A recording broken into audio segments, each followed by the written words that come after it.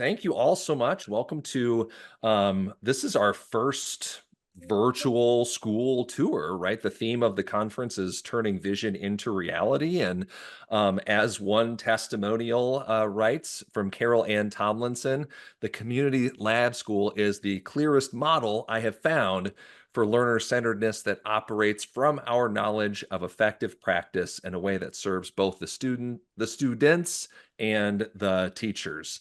So, having had the opportunity to visit CLS earlier this year, I would simply second that entirely. And of course, I'm making a lot of connections now to Mary Helen Immordino-Niang's wonderful keynote in her Q&A this morning as well. These are a group of folks who do it right. So the Community Lab School in Charlottesville, Virginia is a 6 through 12 site that specializes in promoting deeper learning by integrating interdisciplinary project-based learning. As more than just an educational institution, they function as a hub for pioneering innovative educational strategies for Albemarle County Public Schools, while also aspiring to shape broader educational practices. And I'm going to turn it over to you guys for the hour, and you can introduce yourselves and talk about the awesome work that you've got going on there. Thank you so much for joining us today. Thanks, Nick, for that introduction, and Nick and Chris for having us here today. We're very excited to talk about our little public school over here in Central Virginia and the things that we try to do. Big ideas in a small building, and we'll go into that a little bit. Our organizational structure, some of the more boring things up front, and then we'll get into a little deeper into how we do what we do. And then most of this, we hope, it's a relatively small group, is just discussion and dialogue and Q&A and those sorts of things. So, but before we get going, I want to introduce my co-presenter and all-around most amazing educator I think I've ever known, and I'm not just saying that because May's here with me today. I've had the pleasure of working with May for close to 15 years now in various capacities, and here at Lab School for a good number of those as well. May is a librarian by designation and by default, but here at Lab, she is also our lead teacher on all things. Let's say that way. But certainly our integrated projects and mastery learning and reporting and all those sorts of things you're going to hear about. She's also an adjunct professor at Old Dominion University and is a prolific writer. She's you can find her work in school library journal and academic journals and practitioner journals of all sorts. And she's an amazing read and an amazing presenter. So thank you, May, for being here. I'm not quite as prolific and as good as May, so just stick with me while I talk through the boring organizational stuff to help you make sense and give some context to our school. There are a lot of progressive schools out there. There are a lot of not as many, but some progressive public schools out there, but we do sit in a little bit of a unique context of where we are and what we're trying to do. So I'll get into that a little bit. If you want to learn a little bit more about us, follow us. The school, our website is CLA. We can share this to either in the chat or Chris and Nick. I don't know if you put all this make available, but you can have it as well. Instagram, Community Lab School, Twitter X, K-12 Albemarle Lab. We try to, as much as we're able, to be as open door and transparent with our work as possible as part of a sort of an informal dissemination strategy. So we want our work to be visible to anyone. May and I are on the socials, most of them. These are we didn't get into each one, but you can find us in usually by these usernames or just by the Googles. So we're not hard to find, and invite people to collaborate with and questions and things like that. So it's an open door for us as well.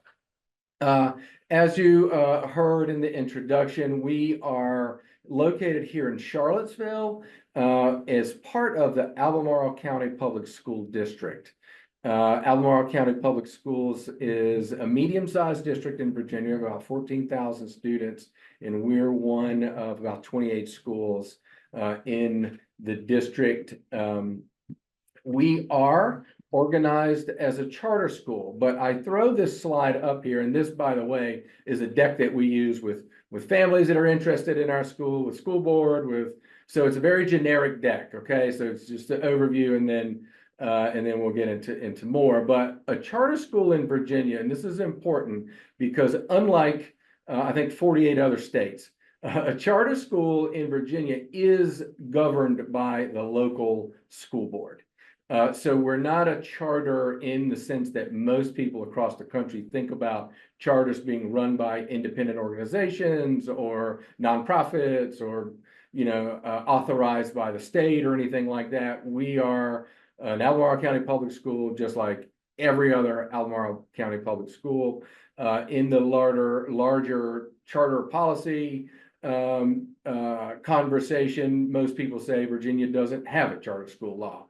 By current definition, I would agree. We're more like probably a magnet school in most states. But I do throw that out there just so people who are learning about us and looking at our work do understand that we are part of a public school district. We get zero additional funding. We get no philanthropic funding. We don't have anything special than any other Albemarle County public school. What we do, though, however, is we get an opportunity to be very innovative, if that's the word you want to use, but very non-traditional in our practices.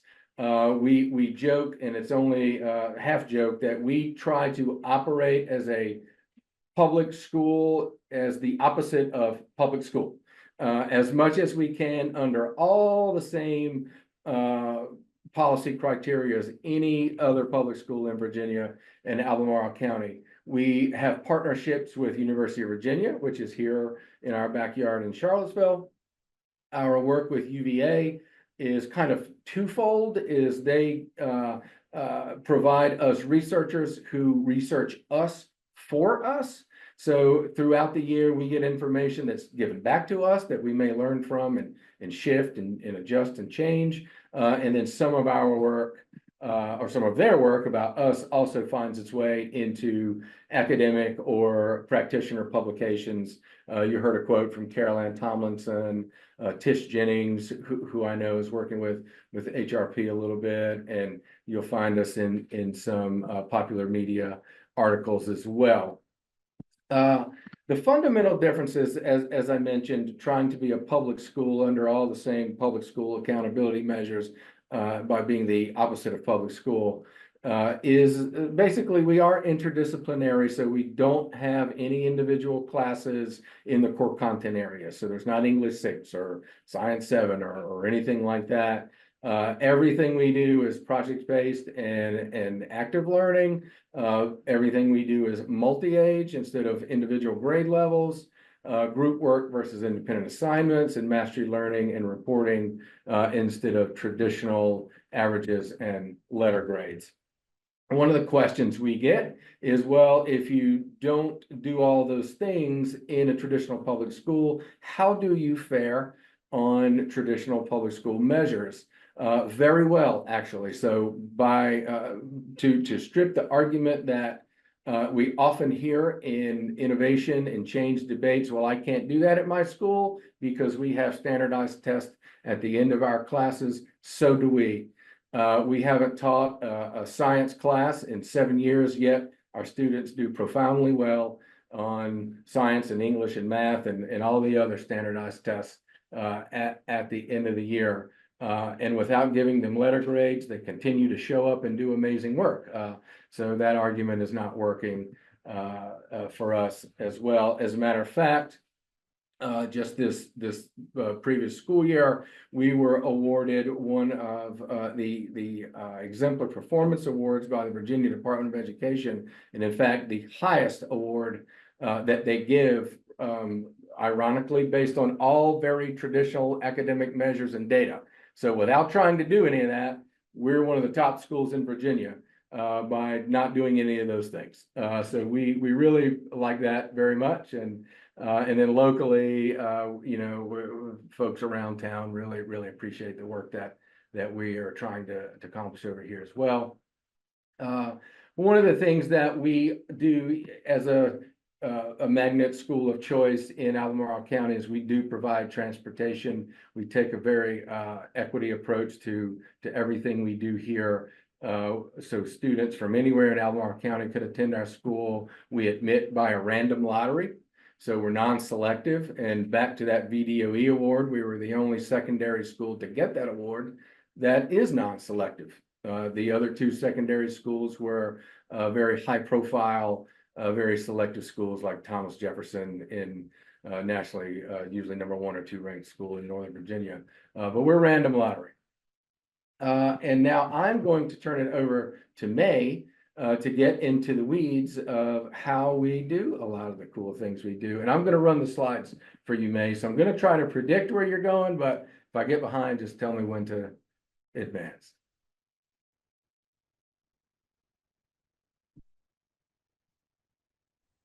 You know, it's always the muted.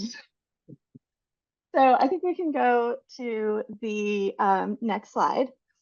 So I am mostly in the middle school in the morning and then mostly in the high school in the afternoon. On the middle school side, about 5 years ago, we decided to do a redesign because we are a lab school, and lab school means that we experiment. And if it's not working, we stop doing that. And it's very nice to have that freedom.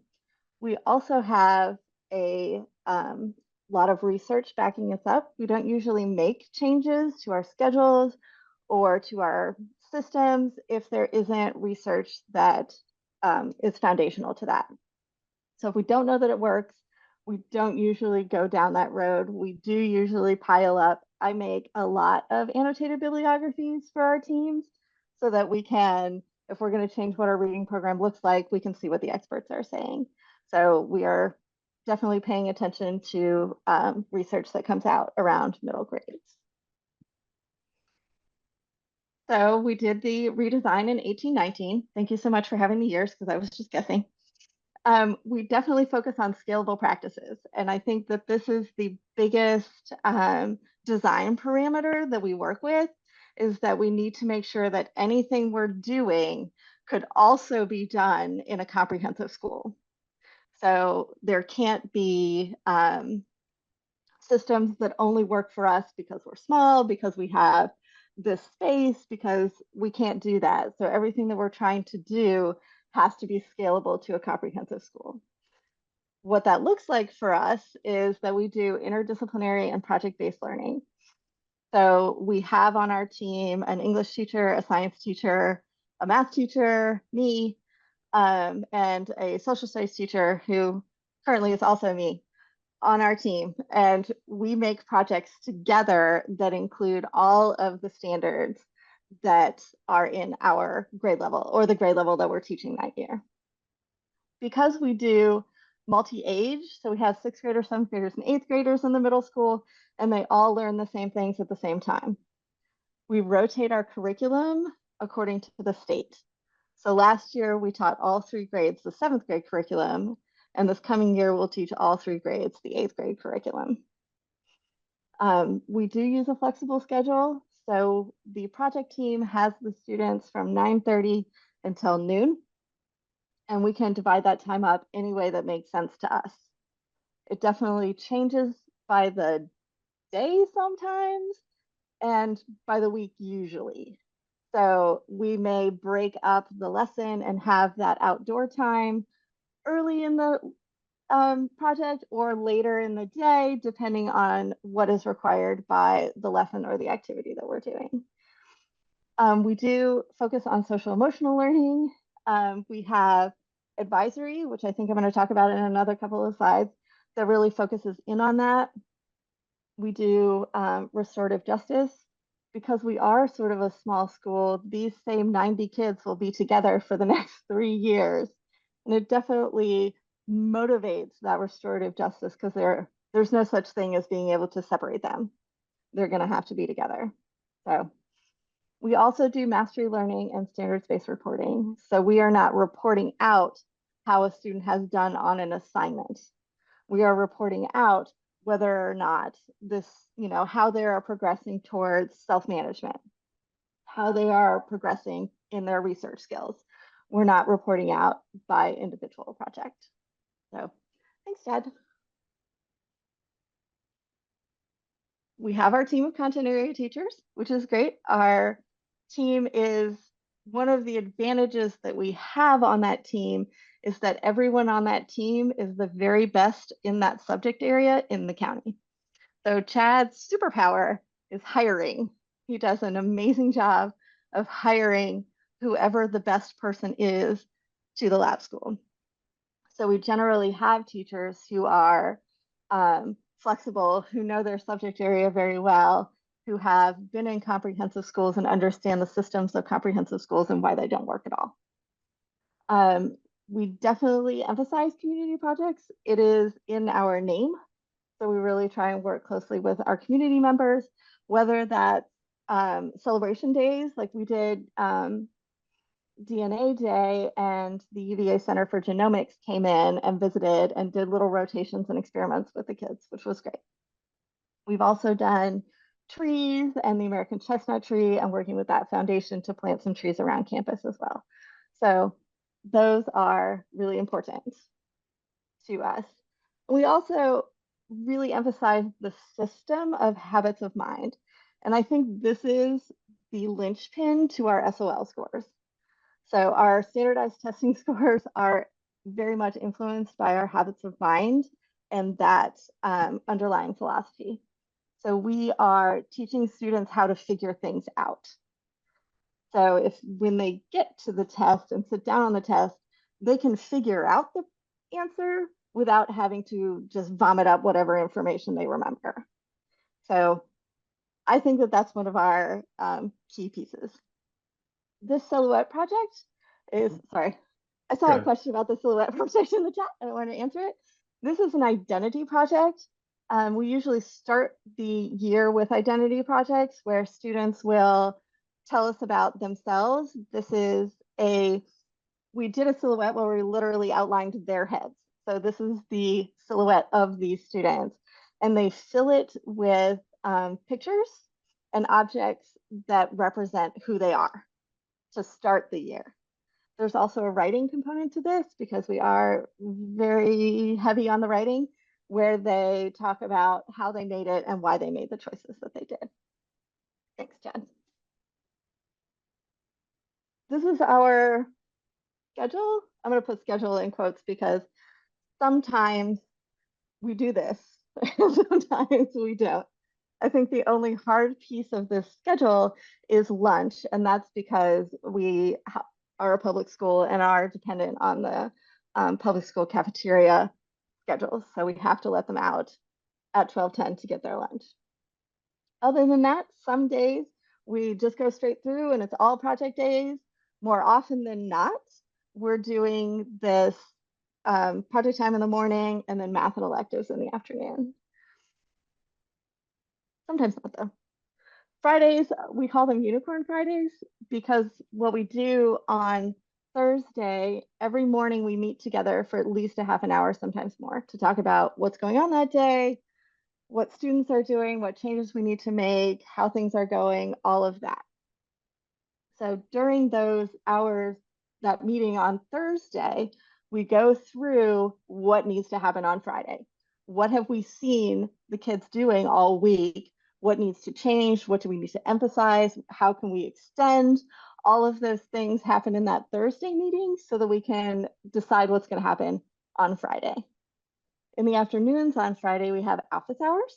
So students who need extra help, because we do standards-based reporting, if we have kids who need to circle back to a standard and give it another shot, that's going to happen during those office hours. We also do iSearch in that time. And this year, I think we're going to do entrepreneurship during that time, which will go great. Fridays is also the only time that we have direct instruction around literacy. So that happens with students who choose the kind of book that they want to read, and I usually sort them by genre, and they can be in their genre room. I usually stack up books 15 to 20 books for each room, and the students can choose from those books. They can also bring in their own books, but that is part of, like, I'm pretty passionate about that one because I think sorting kids into traditional lit circles, which levels kids by ability, really kills the love of reading in your low readers. So having them all in together and having everyone have access to high level conversation around genre and literature is really important. And then clubs happen usually on Friday afternoons, sometimes for big blocks of time, sometimes for smaller blocks of time.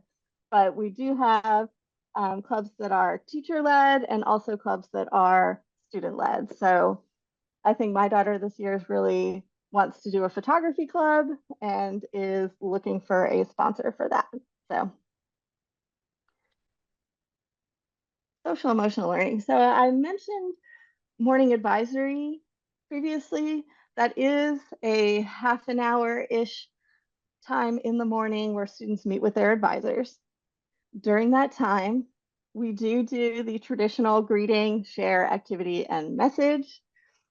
It works really well. It is really a time for students to bond together. I think especially I would emphasize the greeting and the share.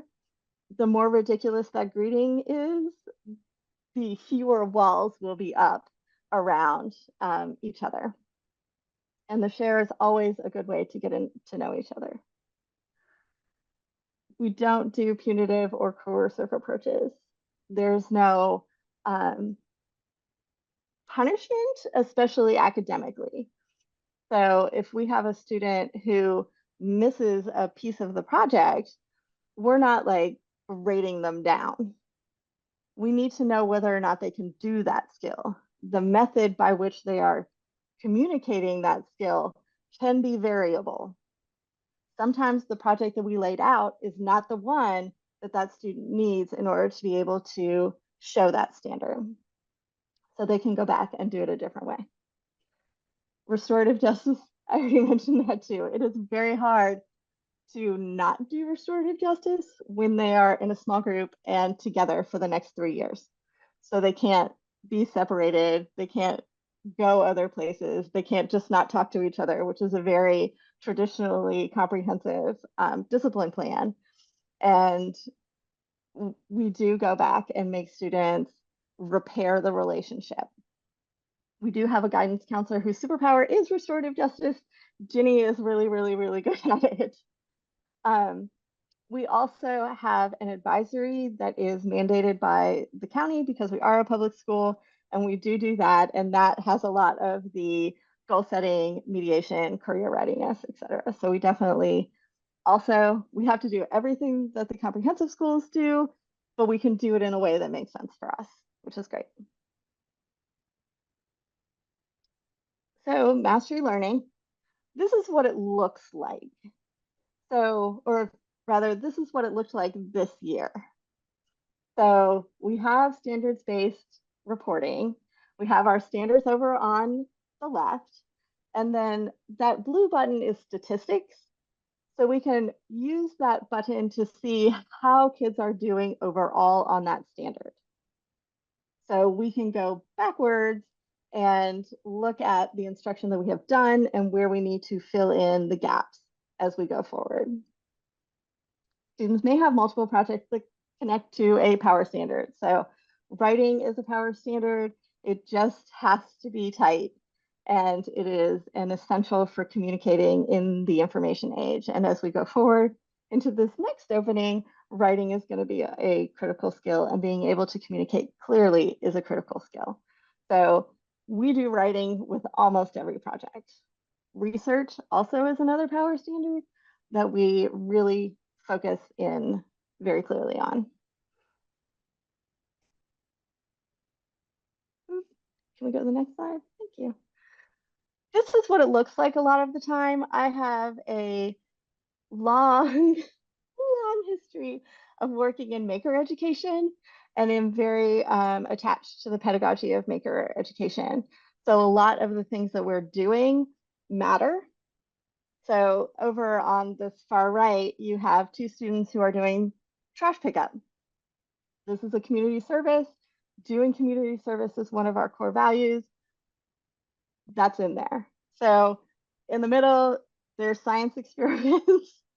This was a particularly messy science experiment, which is why that look is on his face.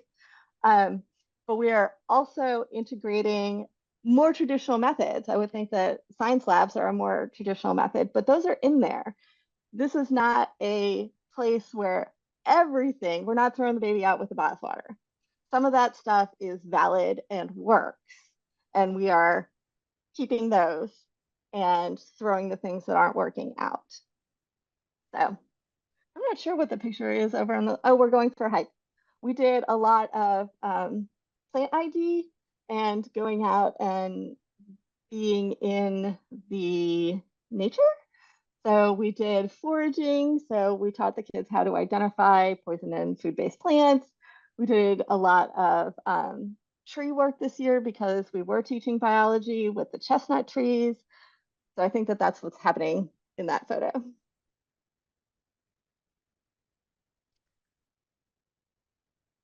So we do have, I think I missed this on the previous slide, but it's fine. We do have high school project time. So in the middle school, it's 6th, 7th, and 8th together. In the high school, it's 9 and 10 together, and then 11 and 12 together. So 9th and 10th graders have a project time where they similarly focus on big concepts like systems and learn about how those systems interact in science. And this year it's going to be biology and government and how those systems work together to make the school work. In the 11th and 12th grade, they're doing IB. So IB is a set curriculum. We really liked it because it focused on those skill-based standards. So thinking, communication, social skills, self-management, research and writing, those are skills that everybody needs. iSearch definitely emphasizes those along with the research, which of course is my favorite. They do independent investigations, which is always fun to watch. Students find what they're passionate about and spend an entire year investigating it. So absolutely, it's wonderful. We definitely emphasize those interdisciplinary connections, even in IB. We have definitely starting the research process of looking at an IB project time instead of teaching individual classes. I don't think we're there yet, but we're working on it. We also do college level credits in IB. They have the option to get college credit. And we're at questions. Yeah, I totally agree, Chris. 100% every day. It requires a different way of thinking to create a project that is cross-disciplinary. It is sometimes difficult to communicate with teachers how to design something. So the science teacher and I did a project this year where I was teaching turning points in World War II and the battles in World War II, and he was teaching organelles in cells. And those can cross-apply, but he and I spent a while looking at where is the overlap, how can these two things be linked together? So what ended up happening was that students would choose a turning point in World War II, make that battle map, so I can grab some of those geography standards in there, and then they labeled that map with the organelles. So a good example is the endoplasmic reticulum would correlate to the supply line in a battle. So they actually were really amused this whole project because they were waiting to see how I was going to make that happen. And I'm like, no, no, no. So that was really fun project, but it also is sometimes you have to like sit and stare at it for a while before you can see how that intersects for sure. Going up a little bit earlier in the chat, May, you had a few questions related, well, not just kind of random questions. So I'm curious about your thoughts on this, either Chad or May. The first was from Gilberto, who asked, have there been any challenges by the state that you faced doing things in a different way, even though you are a public school? Like, what is that relationship like? I can field that one. No specific challenges, because we are a public school. I suppose the challenge would be, how do we ensure that we're meeting the traditional accountability metrics without all the things we know are very helpful in meeting traditional academic metrics, like teaching to the test, like isolating content, so the challenge isn't directly from the state. The challenge is how to exist in that sort of system. But that's a really great question. One thing that I forgot to add, and that our build in the little intro, is our building is also not at all special. And I know Nick and Chris that have seen it, where we are in a 1950s era elementary school that has not been updated very much since about the 1950s. So there's nothing, we don't have special big open spaces for this kind of learning. We don't have anything conducive that you might hear, well, you need this kind of building or you need this kind of facility. We are not in that, just traditional hallways and classrooms. And then our teachers, and myself included, none of us went to a school like this, taught in a school like this prior to coming to this school. So we are all entering this space and have entered this space as, how do we create something? How do we build something that we have not been trained to build, don't know how to build? And that creates, I think, a dynamic of collegiality and an agency across our teams and colleagues that really enable us to be creative and to be very fluid with the work that we do. And then one final thing before we get back into the discussion, just for the context, is, I sit here as principal, but it really in name only. We are a completely teacher-led school. Teachers have absolute agency and autonomy with anything regarded to curriculum, assessment, instruction. Again, just within those confines of, here's the things that you have to do as a public school. But anything within that, teachers have absolute agency and freedom to work together and execute in what they think is the right thing to do with children and for children, and in the spirit of learning. And I tend to just try to get out of their way and keep the stuff from rolling downhill, as they say, and shield from any obstacles that could prevent them from doing the brilliant work that they do. Selfishly, could I ask my own question? Is that okay? Can I unmute and just ask? Sure. Because I'm just wondering, right? Like, it's so cool to see where CLS is at now, and then realizing that obviously its current condition is the result of the journey that you've been on for all this time. I guess looking back in hindsight, if you were going to do it again, or if you were, say, going to transplant the model that you have now into a new context and start, a community lab school in some other state that's kind of remote from all of that, and maybe you don't have access to the same staff or whatever else, what would be like the one or two things that you say, okay, this is what you should start with, because either we made the mistake of not starting with this, or we had to learn this lesson the hard way? But what could be those one or two big foundational building blocks that people might need to have if they're like, oh, I'm interested in doing some of this work in my own context? That's an amazing question, and I would like for May to weigh in on it as well. I can speak to it from the launch perspective, and there's two ways to think about innovation or change or startups or anything in that sort of spaces. One is, do you shift something that already exists, and the other is, do you start something completely new? The old adage in those entrepreneurial spaces is it's always easier to start something brand new, particularly if it's fundamentally different, and it's at the organizational level. And I would agree with that. What this school was actually founded from two pre-existing very small, very struggling in a lot of ways, charter schools that in a relatively small town, Charlottesville is not a small town, but also not a big city. We're medium sized. So everybody kind of knows what's going on.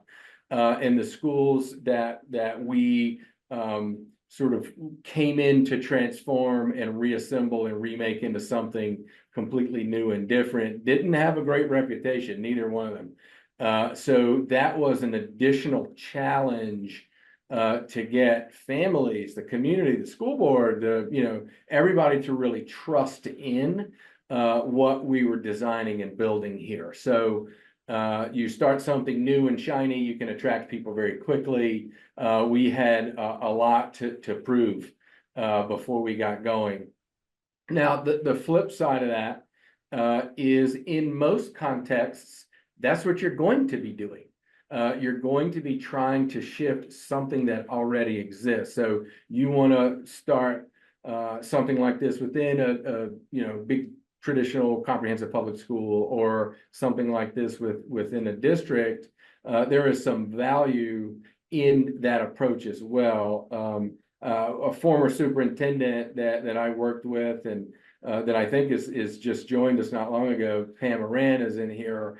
She had a great phrase that's aim small, miss small. And I say that would apply if you can't start something new completely, then start something small and build out from there, and look for ways that you can grow a program or a concept or an approach within a larger context, and give yourself time and room to grow.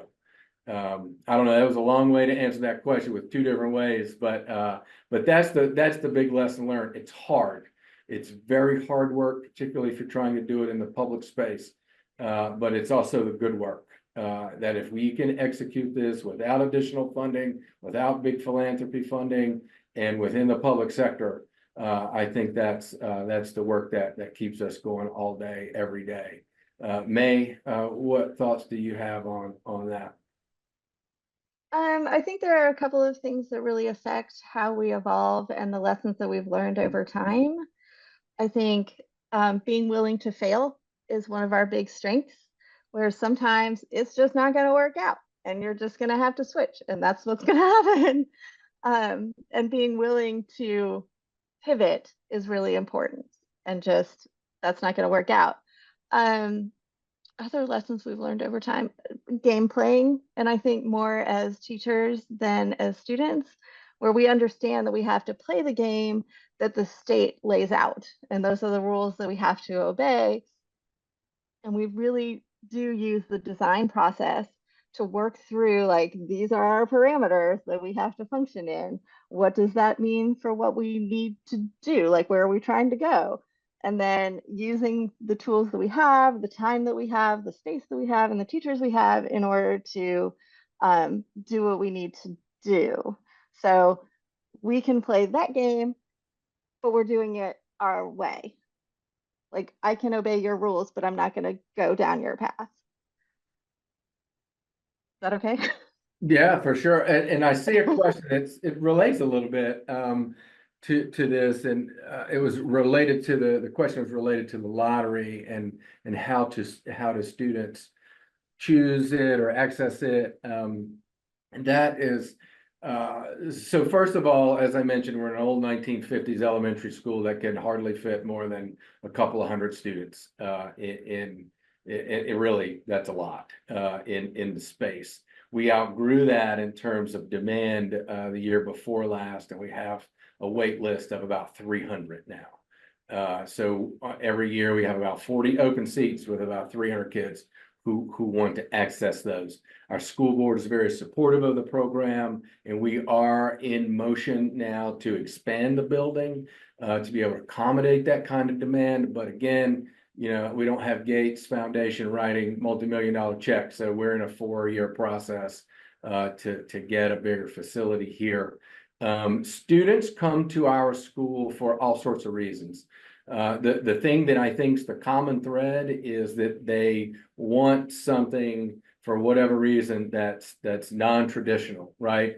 In some cases, we do have families that perhaps they went to Montessori And as they're entering middle school, they want to continue down this progressive path. But more frequently, it's students anywhere in the 6-12 range that just have found public or traditional schooling to be not very conducive to their own learning. They're pursuing something pretty radically different.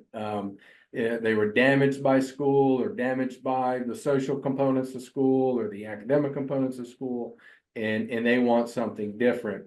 Our demographics, because we are open to anyone, any student in Albemarle County, the only criteria that you have to enter our lottery is that you have a residency, a permanent residency in Albemarle County. That's it.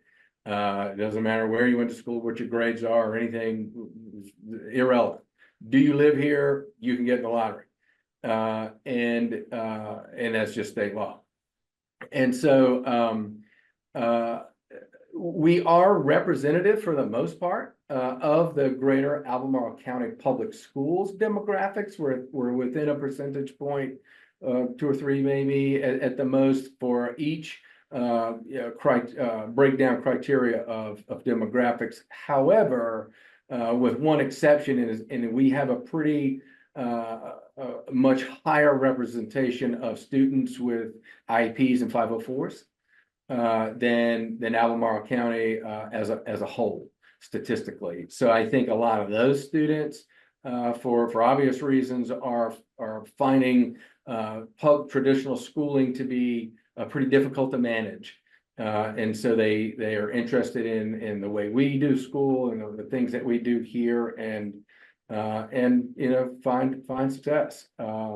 Maybe students who socially in schools in other schools were finding difficulties in finding friendships or things like that. They're different in some way, or they see themselves as different in some ways, and they find that at Lab we're just kind of a community that welcomes all and embraces all and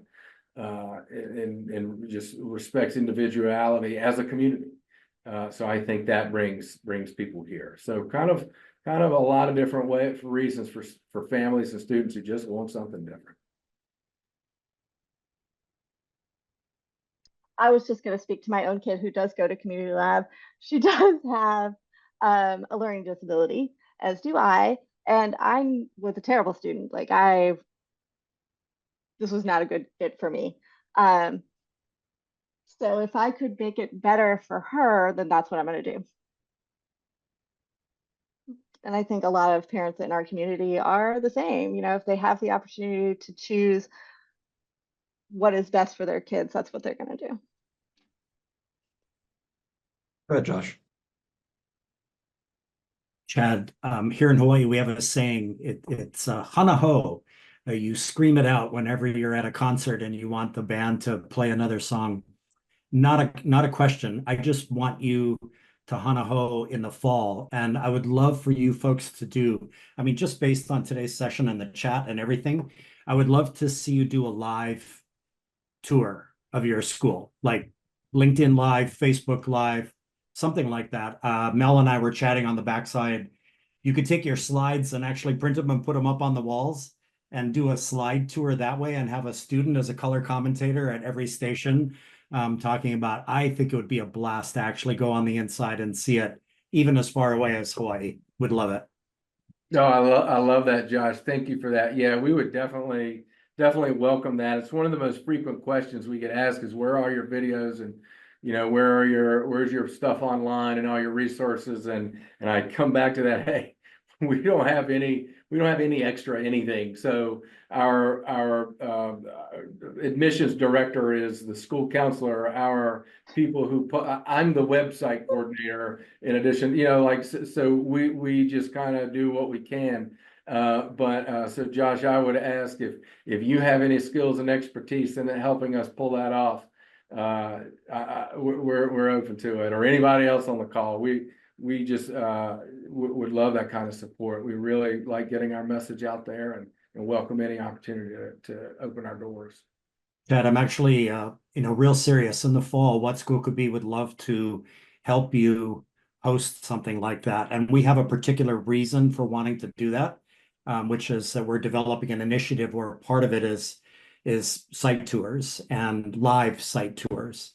So would love to be in touch with you. I can get in touch with you via Chris and Nick and Cassie, and we'll go from there. Perfect. Let's do it. We're for it. Okay. All right. Thank you. I love it. This is great. This is why we're doing this. I was There are like wondering, 20 questions in the chat, Nick. I don't know if you want to go to any of those. that's what I was gonna get to. Okay, so making sure. I know Nick likes to ask us questions. The one I was gonna try to get at is the one about like the student pitch materials. And I know you said you have a template that we could use. We can coach them on standards and rigors.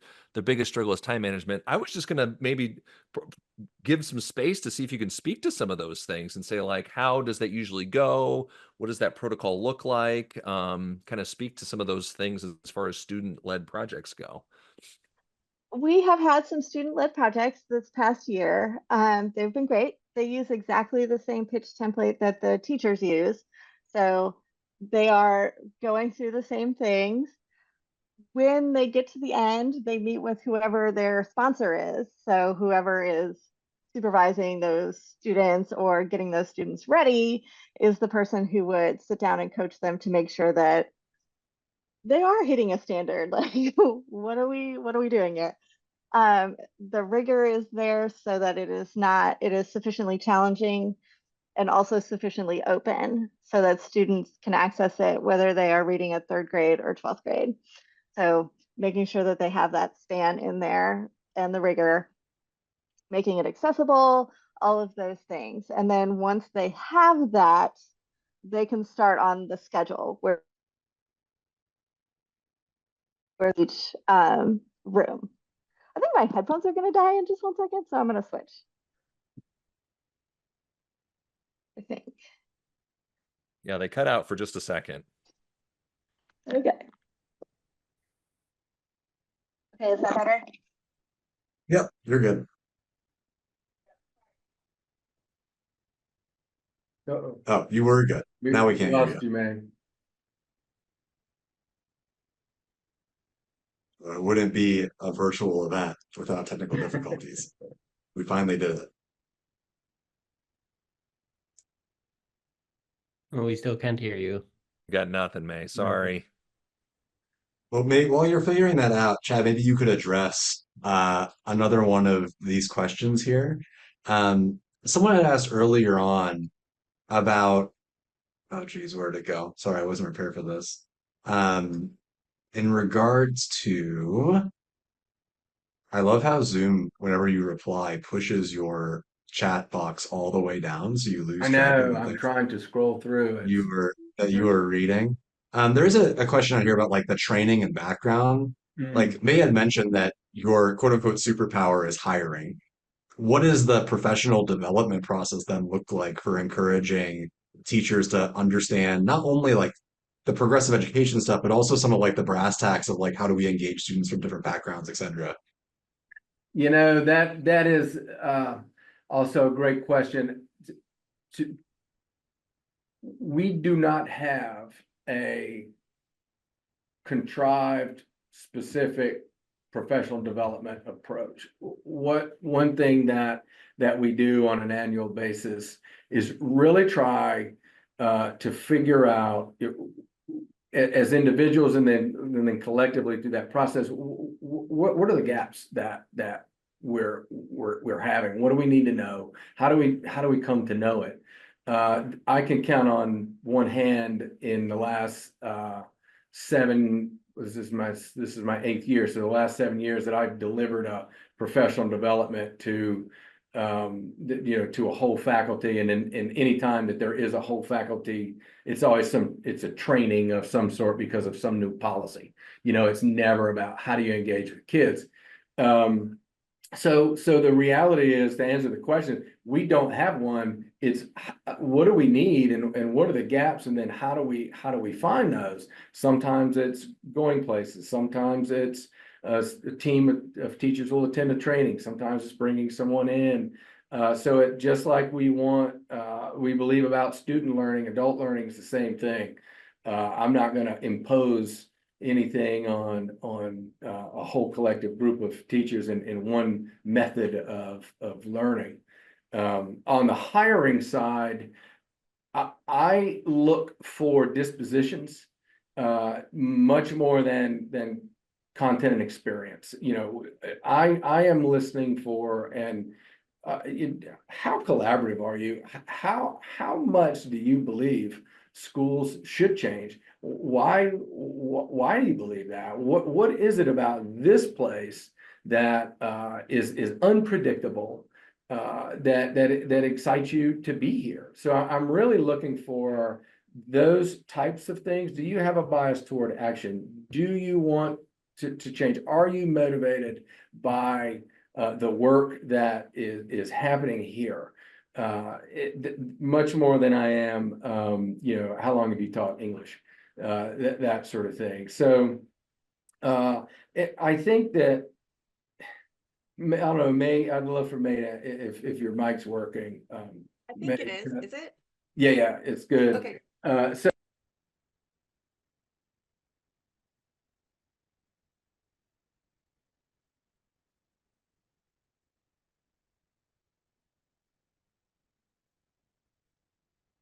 Did we lose Chad now, or is that just me? Okay, I was a little bit panicking because I'm like, maybe I switched something with my audio settings. No, as Okay. soon as you did that, then Chad First, turned yeah. off. I We can can only have speak, one of you at a time, apparently. The universe has decided.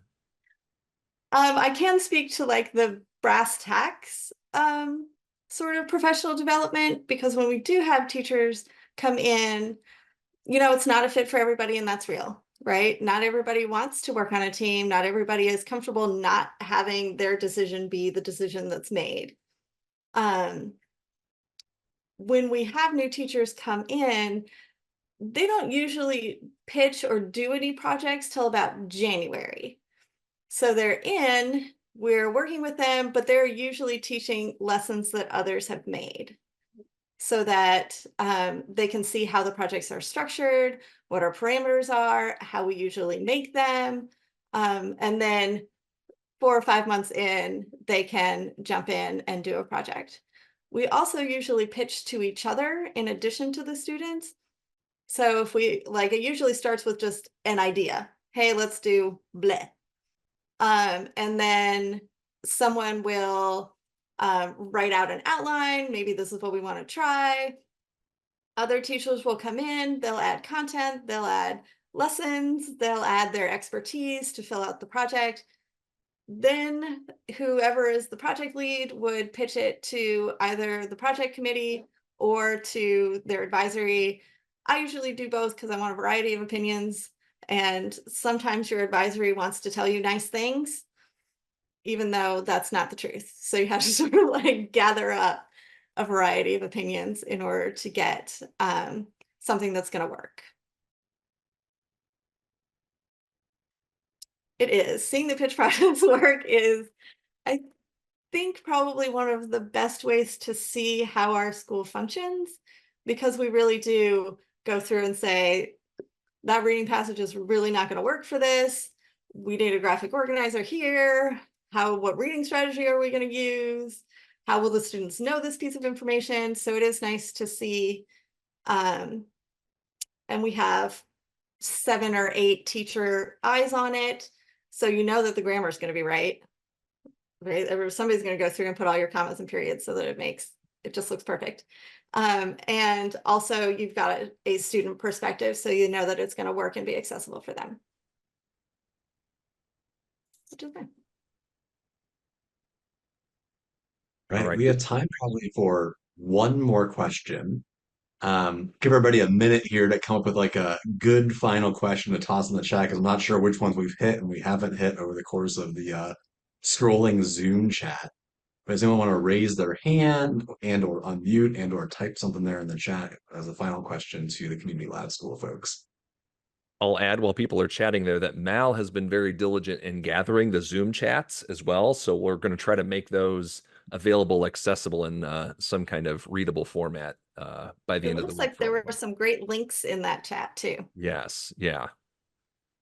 And May, we'll be sure. Oh, Yeah, we'll be sure if you have any of those links or resources or the pitch protocols or any kind of templates, if you have those things and you want to share them, either if you have access to the Discord, you could share them in there, or I mean share them with Chris and I, Cassie, and we can certainly get those shared with the gang as well.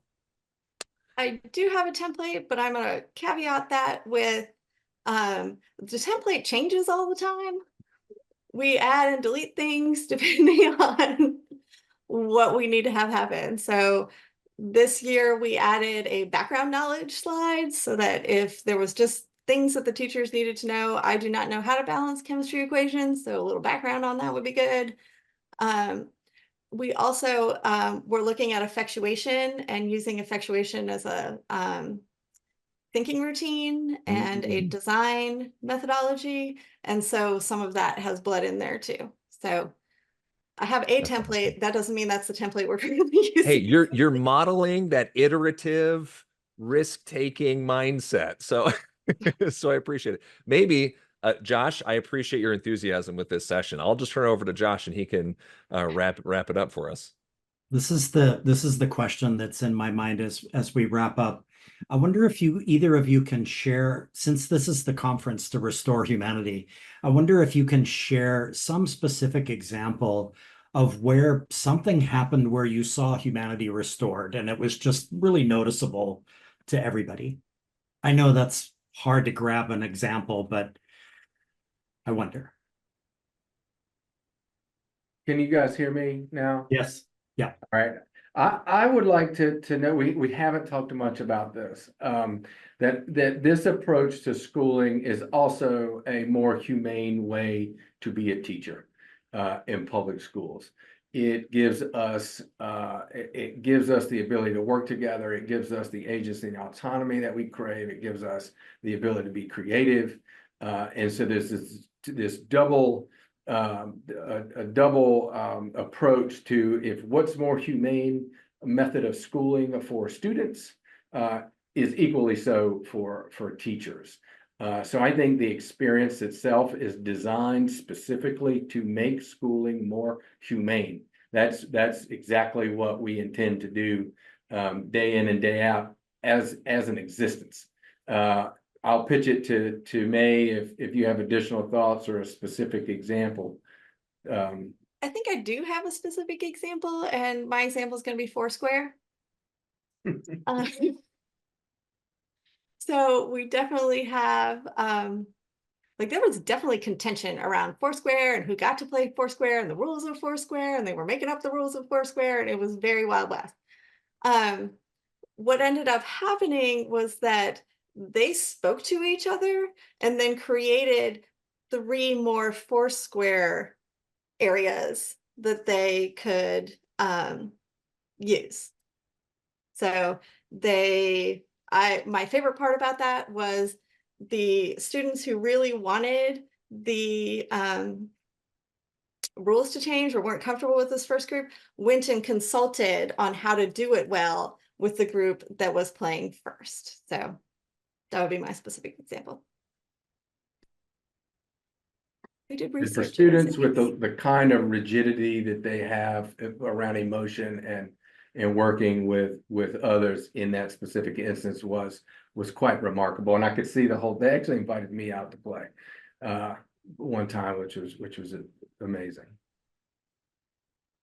Well, my goodness. Thank you both so much for being ambassadors of your wonderful school, for showing those models and examples in a way, with a shout out to Josh of what schools could be. It really does embody that. And I'll just give a quick plug for you guys as well, as far as, that space, everything else. Chris and I have done, numerous school tours, and walking into yours, it's every school in America, right? It's not built for purpose. It's not multi-million-dollar facilities. It could literally be work it's human work that could literally happen anywhere in the world, anywhere in the United States. It's such a great example of this kind of learning in action. So I'm so grateful for you all for joining us today, for leading us through this session.